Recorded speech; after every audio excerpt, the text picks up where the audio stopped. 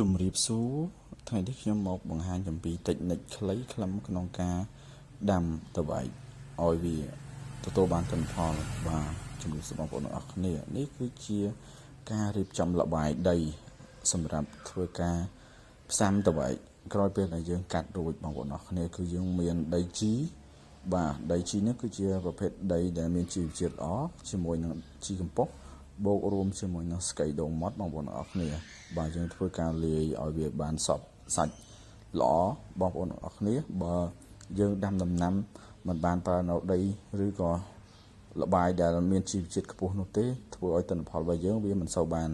ក៏ប្រសើរតាមអ្វីដែលយើងចង់បាននេះខ្ញុំបានលាយរួចជាស្រេចហើយខ្ញុំបានកាត់ថង់ក្នុងការដាក់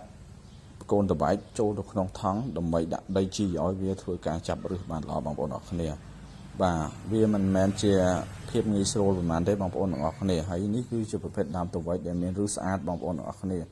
សប្រភេទនេះគេហៅថាឫសខ្លាញ់ក្តាមបាទឫសខ្លាញ់ក្តាមនេះគឺជួយឲ្យត្របែកវាឆាប់បឺតស្រូបនៅសារធាតុចិញ្ចឹម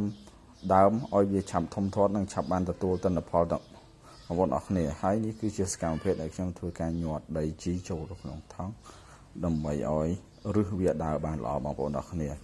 បាទមិនមែនត្រឹមតែប៉ុណ្្នឹងទេបងប្អូនអរគ្នាក្រោយពេលដែលខ្ញុំដាក់ដីជីនិងធ្វើការញាត់ឲ្យវាហាប់ណែនល្អហើយខ្ញុំបានស្រោចនៅទឹកលាយគេហៅទឹកលបាយមួយយ៉ាងដែលមានឈ្មោះថាទឹកជូលីនស៊ីបងប្អូនអរគ្នាទឹកជូលីនស៊ីហ្នឹងគឺវាជួយឲ្យត្របែកឆាប់ចាប់ឫសបាទហើយធ្វើឲ្យឫសរបស់វារឹងមាំ